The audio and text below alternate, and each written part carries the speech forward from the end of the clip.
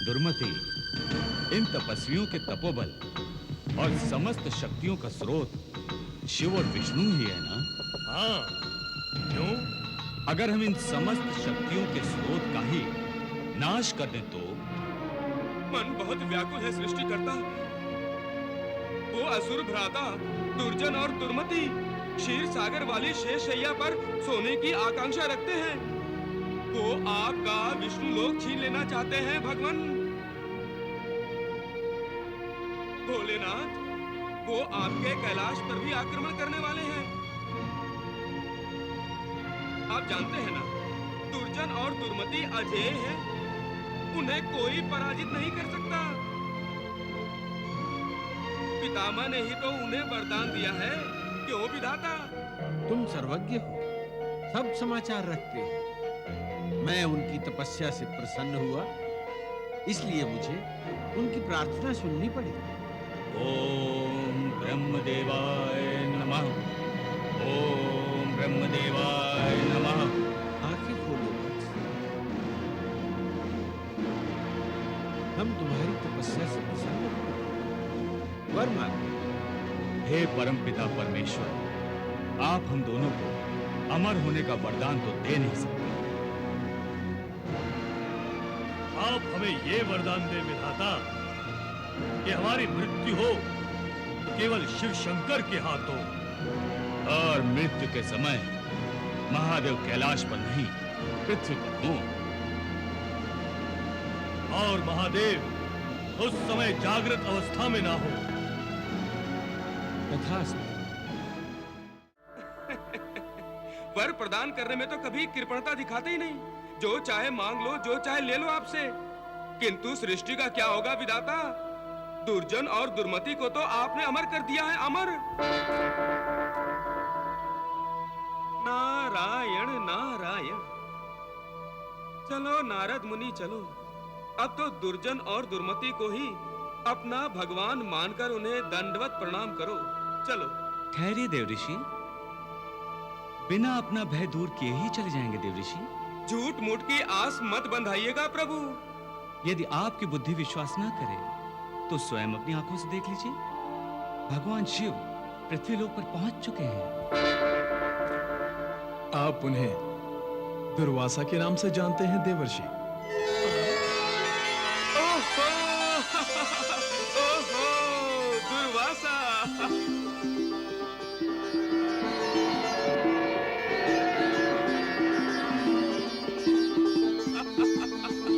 नारायण नारायण, तो वो आप हैं प्रभु। मेरी बुद्धि भी भ्रष्ट हो गई है। नारायण नारायण। और इस समय आप जागृत अवस्था में भी नहीं है भोलेनाथ, समाधि अवस्था में है। अब तो दुर्जन और दुर्मति। नारायण नारायण। आपकी लीला को प्रणाम है प्रभु, प्रणाम है, शत शत प्रणाम।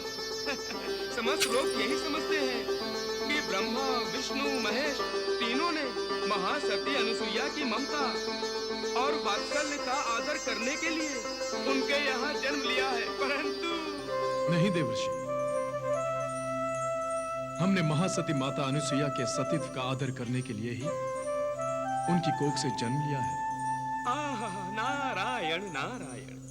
दुर्जन और दुर्मति जैसे असुरों का विनाश ही हमारी अवतार लीला होगी देव ऋषि। किंतु आप दुर्जन और दुर्मति से अपने आप को बचा कैसे पाएंगे?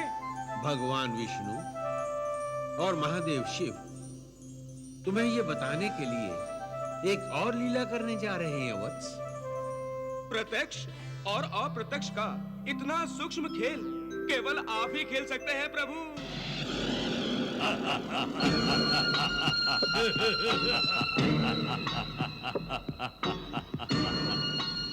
दुर्मति, हाँ भ्राता श्री।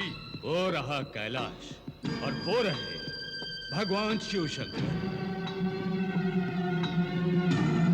भ्राता श्री, शिवलोक आज से महादेव शिव शंकर का नहीं, हमारा होगा।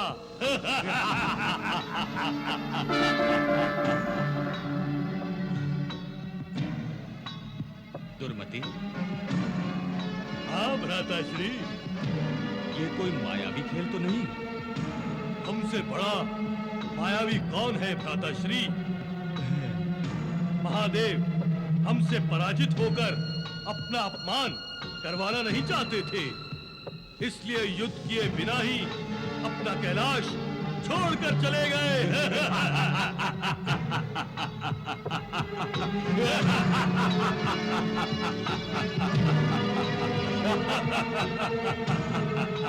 दुर्मति, लो, आज से हम कैलाशपति हो गए। कैलाशपति भ्राता श्री दुर्जन को मेरा प्रणाम। अनुज कैलाशपति दुर्मति को मेरा प्रणाम। दुर्मति, चलो अब हम क्षीर सागर चलते हैं। हाँ चले।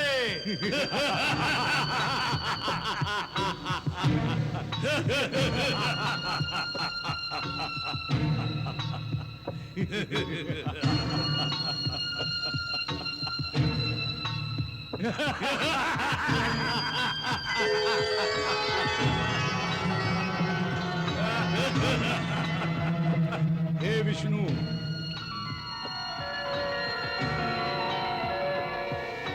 हम लोगों ने कैलाश पर विजय प्राप्त कर ली है और अब तुम्हें पराजित करके हम विष्णु लोक पर भी विजय प्राप्त कर लेंगे।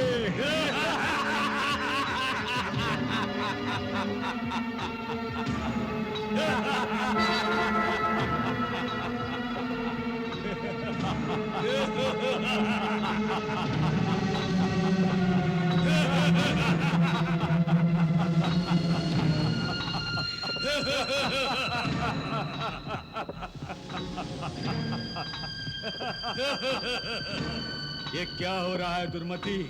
भगवान हम दोनों से इतना भयभीत हो गए हैं क्या? अपनी पराजय कोई नहीं चाहता भ्राता श्री, और हम दोनों से कोई विजय भी प्राप्त नहीं कर सकता। अब हम संपूर्ण शिष्ट के स्वामी हैं। हाँ।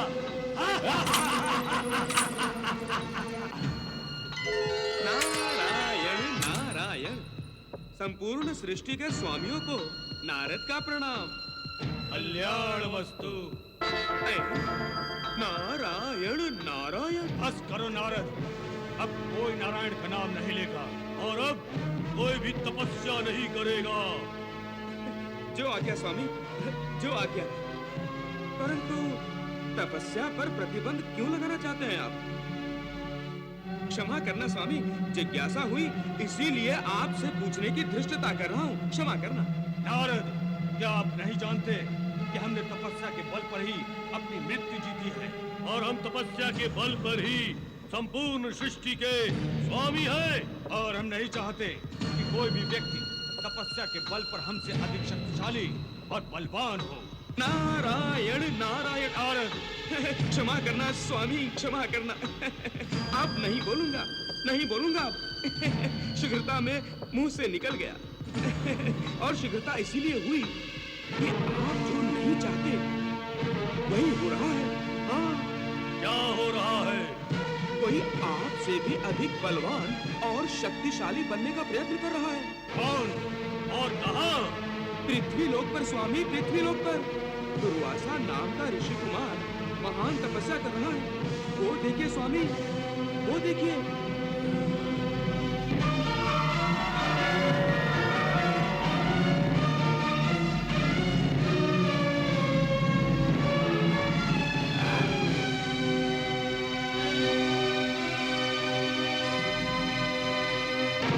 हम इसकी तपस्या भंग कर देंगे। हाँ। चलिए भ्राताश्री।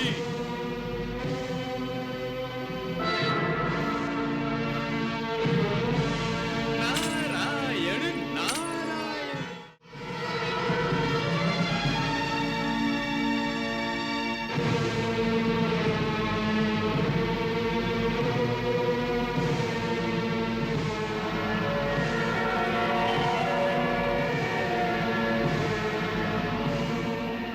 हे ऋषि कुमार, हे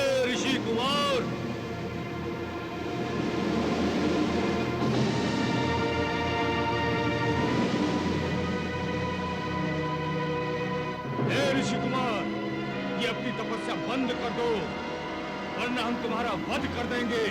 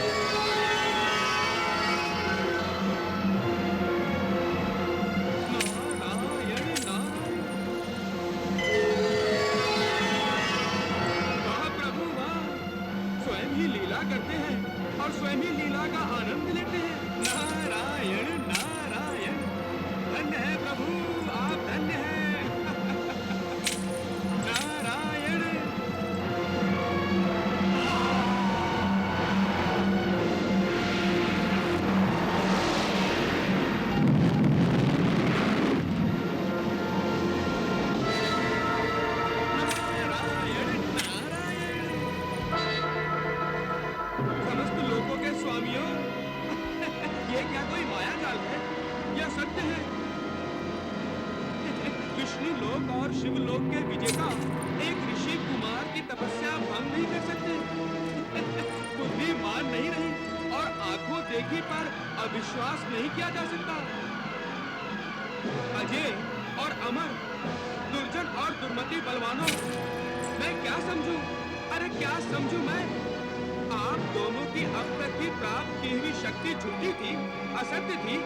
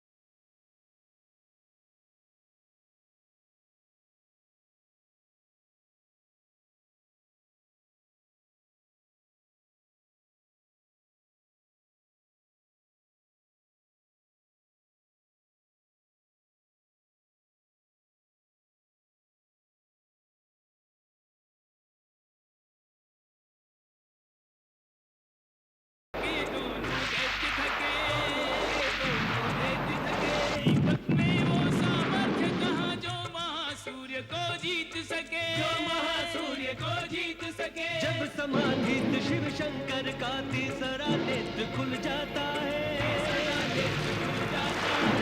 दंड खड़पनी करने का फिर दंड यथोचित पाता है।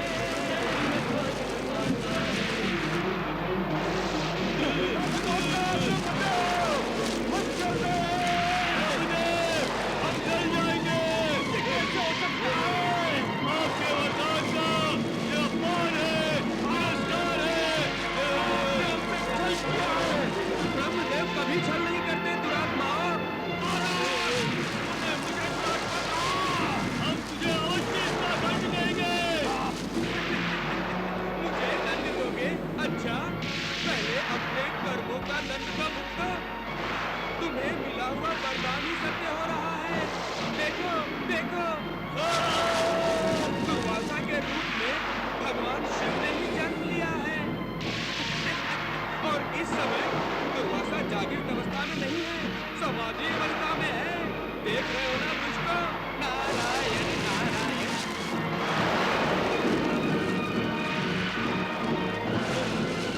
विष्णु लोक और कैलाश के अधिपति बनना चाहते थे दुष्ट।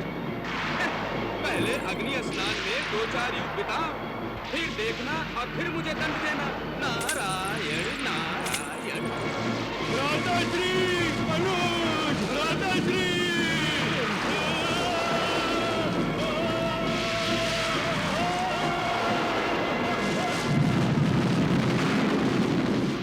हाँ, नारायण नारायण। प्रभु नारायण नारायण।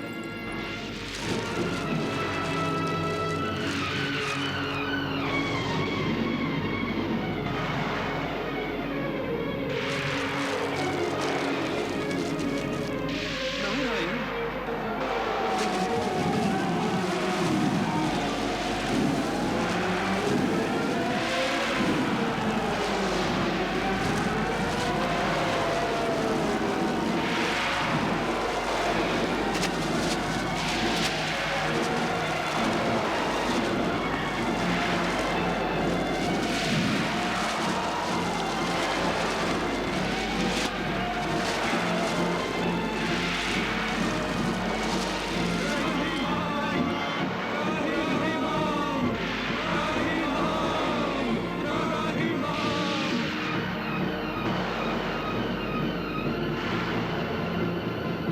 हे परमपिता, हे परमपिता ब्रह्मदेव। वत्स नारद, हे विधाता, ये कैसी लीला है आप त्रिदेवों की। वत्स, दुर्वासा भगवान शिव का रौद्र रूप है और इस समय दुर्जन और दुर्मति का विनाश करने के लिए ही महादेव स्वयं दुर्वासा में अवतरित हो गए। परंतु जगत पिता, इन्हें शांत करना अति आवश्यक है। देव ऋषि, अपने रौद्र रूप को शांत तो केवल महादेव ही कर सकते हैं। नारायण नारायण। हे देवाधिदेव महादेव, हे शिव शंभु, हे कैलाशपति, हे महादेव, हे महादेव, जागिए प्रभु जागिए।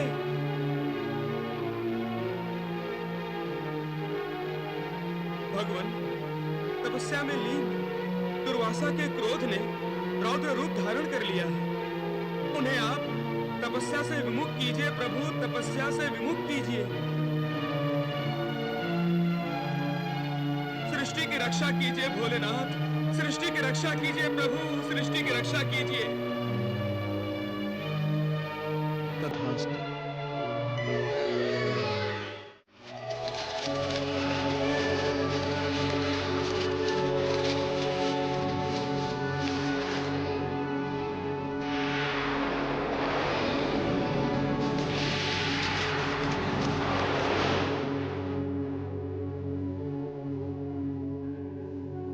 आंखें खोलो वत्स, तुम्हारी तपस्या पूर्ण हुई। आंखें खोलो।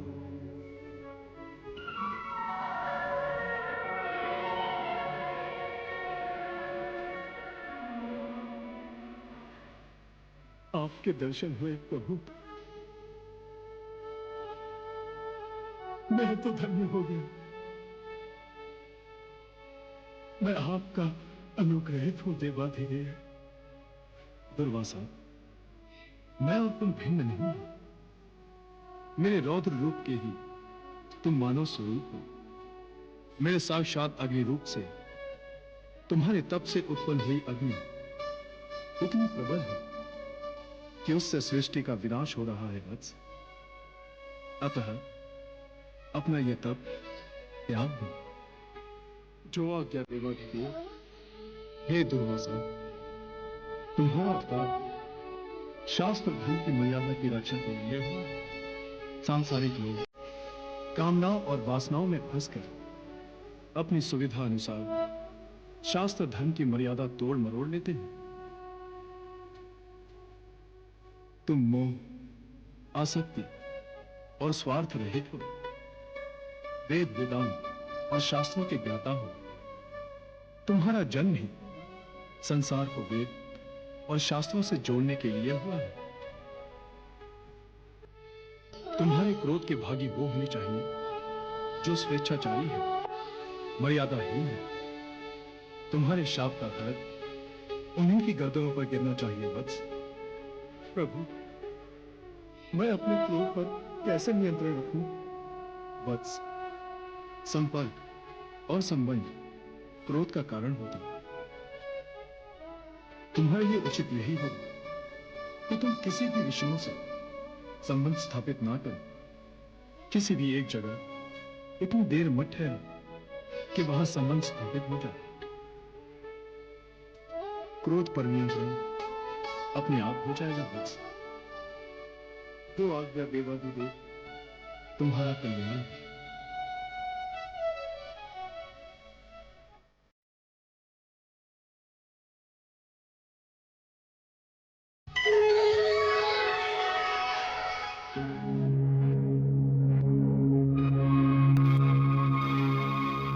ये क्या कह रहे हैं आप? कल से भोजन नहीं किया पिताश्री ने? महाराज अपने कक्ष में किसी को भी आने की आज्ञा नहीं देते युवराज। वो दरवाजा अंदर से बंद किए रखते हैं और किसी को भी आने नहीं देते।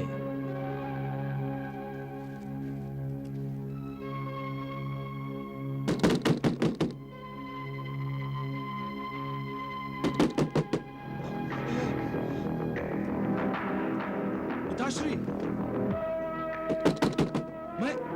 मैं अर्जुन हूं पिताश्री।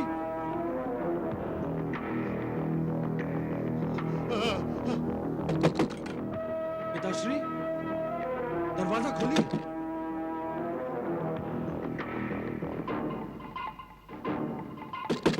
मैं अर्जुन,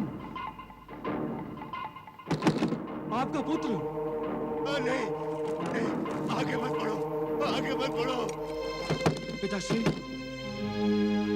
पिताश्री, आप मेरी आवाज पहचानते हैं ना? पहचानते हैं ना पिताश्री? नहीं, मैं किसी को नहीं पहचानता। मैं नहीं दरवाजा खोलूंगा, मैं दरवाजा नहीं खोलूंगा। पिताश्री, आप भूखे होंगे, कृपा करके दरवाजा खोलिए पिताश्री। पिताश्री, मैं आपके दर्शन करना चाहता हूँ पिताश्री। तुम चले जाओ। पिताश्री, मुझे आपके स्वास्थ्य की चिंता है पिताश्री। दरवाजा खोलिए पिताश्री। नहीं, तुम चले जाओ। हमने भी बहुत प्रयत्न किया युवराज, परंतु ऐसा कब तक चलेगा महामंत्री? वो भूखे होंगे, प्यासे होंगे, उनका स्वास्थ्य। आप चिंता न करें युवराज, महाराज जल्दी ठीक हो जाएंगे।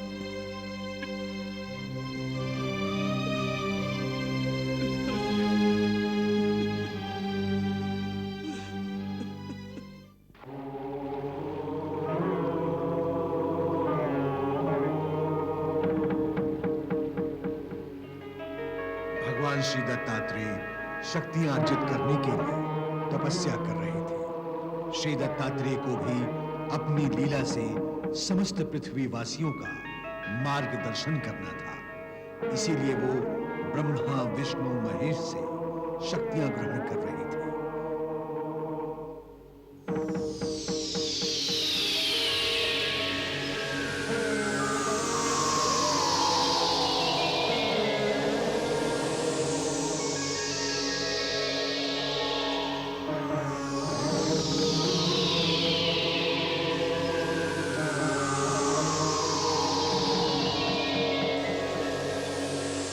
श्री दत्तात्रेय की कीर्ति तीनों लोकों में फैल गई थी। उसी समय दैत्य कुल से महाप्रतापी राजा जंभ ने अपनी घोर तपस्या से विधाता ब्रह्मदेव को प्रसन्न कर लिया था। और जब ब्रह्मदेव दैत्यराज जंभ के सामने प्रकट हुए, तब जंभ ने उनसे वरदान मांगा।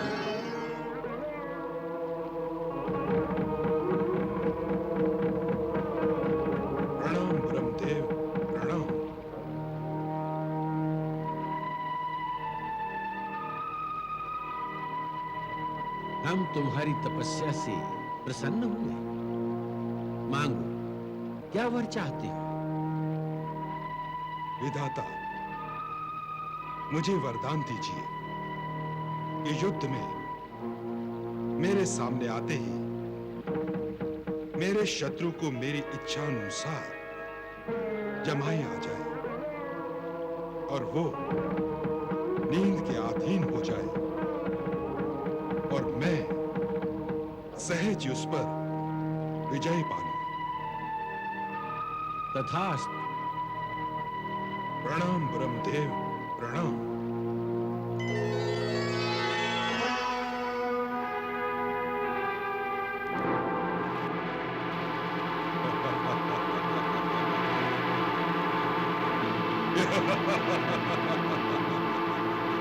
परमपिता ब्रह्मदेव से वरदान पाने के पश्चात दैत्यराज जंभ ने सर्वप्रथम इंद्रलोक पर आक्रमण किया।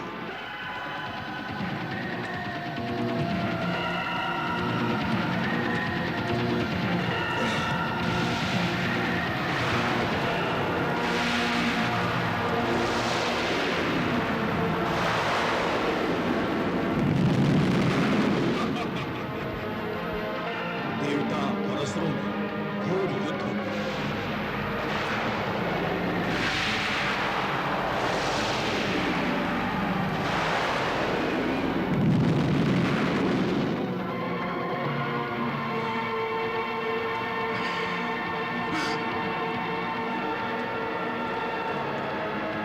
अब मुझे ब्रह्मा जी का वरदान प्रयोग करना होगा।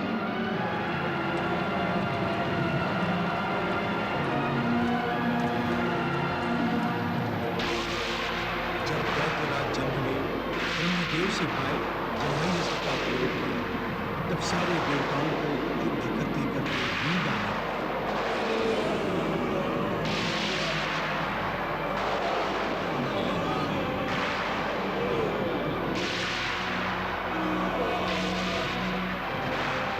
और वो युद्ध से विमुख होकर भाग गए। दैत्यराज जंभ स्वर्गलोक का अधिपति हो गया। स्वर्गलोक में विजय के नाम पियो पियो। जंभ को स्वर्गलोक से हटाने के लिए बार बार उससे युद्ध किया, परंतु जंभ के जम्हाई मंत्र के सामने उसे पराजय की नींद सुना कि देख देवर्षि नारद त्रिदेवों के सामने उपस्थित हैं।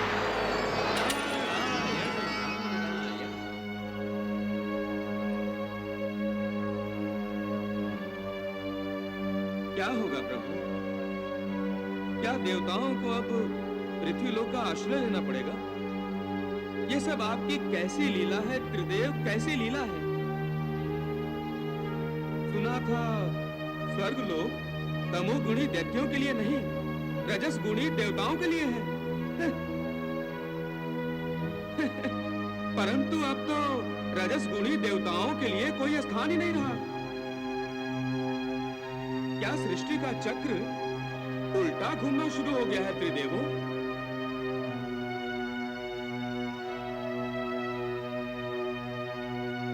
नारायण नारायण। प्रभु, आपकी इस मुस्कुराहट में क्या छिपा है? कृपया इस घुमंतु नारद को बताने की कृपा करें कि क्या सचमुच आप स्वर्गलोक पर दैत्यों का आधिपत्य चाहते हैं? देवर्षि, देवेंद्र चाहे कितना ही प्रयास कर ले, वो जंभ को पराजित नहीं कर सकेगा। ये मैं क्या सुन रहा हूँ प्रभु? मैं अभी जाकर देवेंद्र को सूचित करता हूँ, वो तत्काल आपकी शरण में आए। देवर्षि, हमारी शरण में नहीं, उन्हें योगेश्वर दत्तगुरु दत्तात्रेय की शरण में जाना होगा, क्योंकि पृथ्वीलोक में दत्तात्रेय के महत्व का गुणगान तभी होगा। जो करेगा योगेश्वर दत्तात्रेय की भक्ति, उसे मिलेगी सारे संकटों से मुक्ति। नारायण नारायण। मैं अभी जाकर देवेंद्र को सूचित करता हूँ। देवेंद्र, योगेश्वर दत्तात्रेय की शरण में पहुंचा। नारद के परामर्श पर इंद्र आदि देवता श्री दत्तात्रेय की शरण में जा पहुंचे।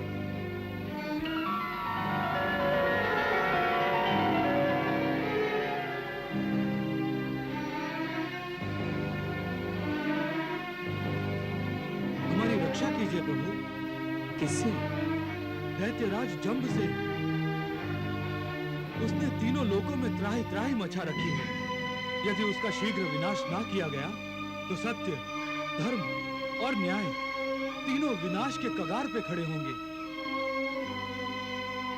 दैत्यराज जंब का संहार हमारे वश में नहीं है प्रभु। यह कार्य तो आपको करना होगा प्रभु। दैत्यराज जंब से तीनों लोग त्रस्त हैं प्रभु। उसके अत्याचारों से तीनों लोगों को मुक्त करा दीजिए दत्तगुरु। मुक्ति तो तुम्हारे हाथों से ही होगी देवेंद्र। मैं तो जंब की शक्ति और तेज कम करने का उपाय बता सकता हूँ। बड़ी कृपा होगी। तुम जंब को यहाँ युद्ध के लिए आमंत्रित करो। इस आश्रम में? हाँ, जैसे ही दैत्य इस आश्रम में आएंगे तो मेरी दिव्य दृष्टि उन पर पड़ते ही वे सभी तेजहीन और शक्तिहीन हो जाएंगे। उसके बाद तुम उन सब का संहार कर देना। मैं अनुग्रहित हुआ दत्तगुरु, अनुग्रहित हुआ।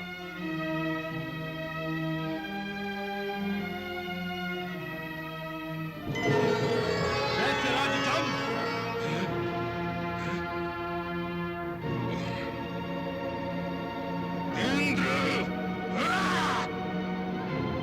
मैं तुझे युद्ध के लिए ललकारने आया हूँ। मूर्ख, निर्लज्ज, कायर, भगोड़े, तुझे लज्जा नहीं आती? मुझसे बार बार पराजित होने चला आता यहाँ। इस बार मैं विजयी होने के लिए आया हूँ।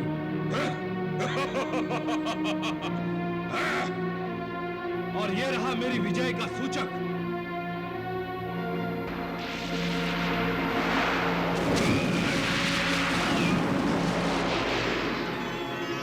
मूर्खेंद्र, क्या तू जानता नहीं कि मैं अपराजय हूँ? मुझ पर कोई विजय प्राप्त नहीं कर सकता। आज मैं तुझे यहाँ से बच के नहीं जाने दूंगा।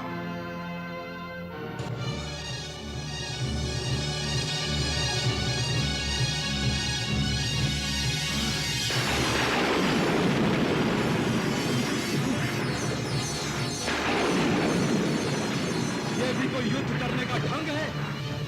चलो, अब की बार हम युद्ध करने आएंगे तो इसके जमाई अस्त्र को नष्ट करने वाला अस्त्र प्राप्त करके आएंगे। मूर्खेंद्र, तुम यहाँ दोबारा नहीं आ पाओगी। यहाँ क्या, कहीं भी नहीं आ पाओगी। भागने मत दो इन सबको, पकड़कर सबका विनाश कर दो। भागो, दैत्यों को अपने तक पहुंचने मत देना।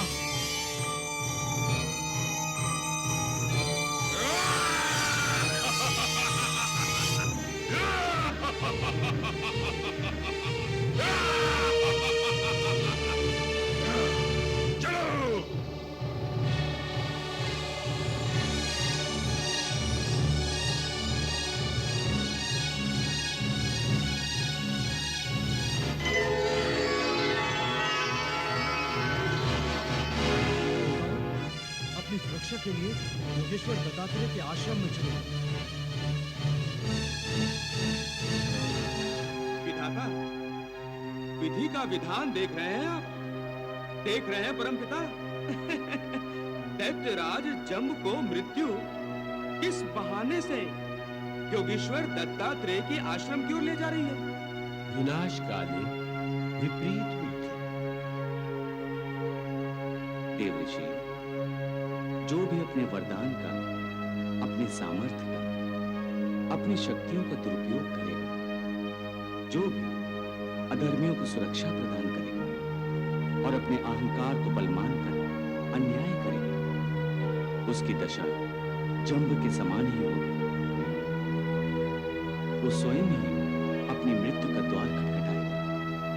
नारायण नारायण।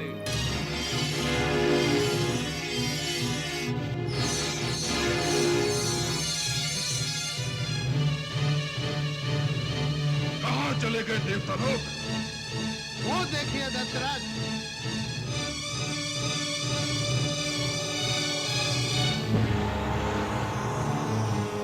चलो, आज हम इन देवताओं का विनाश किए बिना यहाँ से लौटने वाले नहीं। चलो!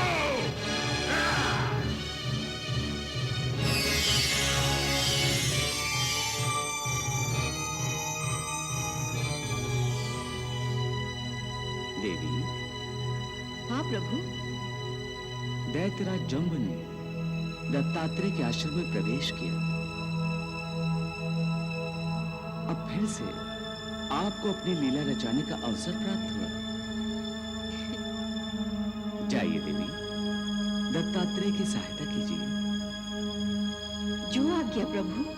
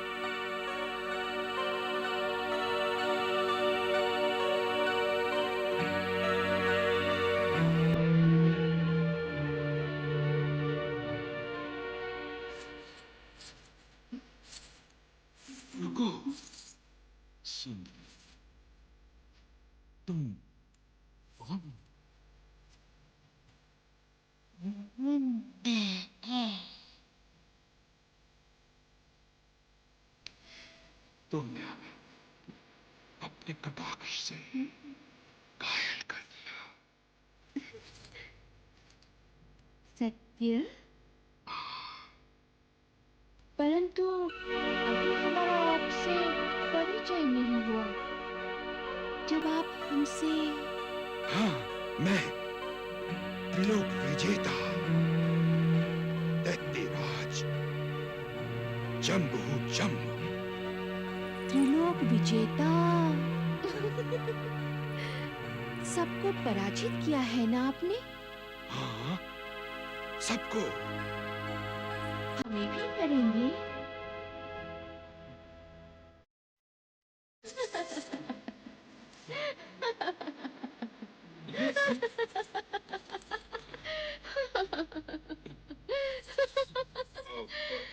दैत्यराज, यौवन हूँ मैं, ऐसे ही नहीं प्राप्त होंगी।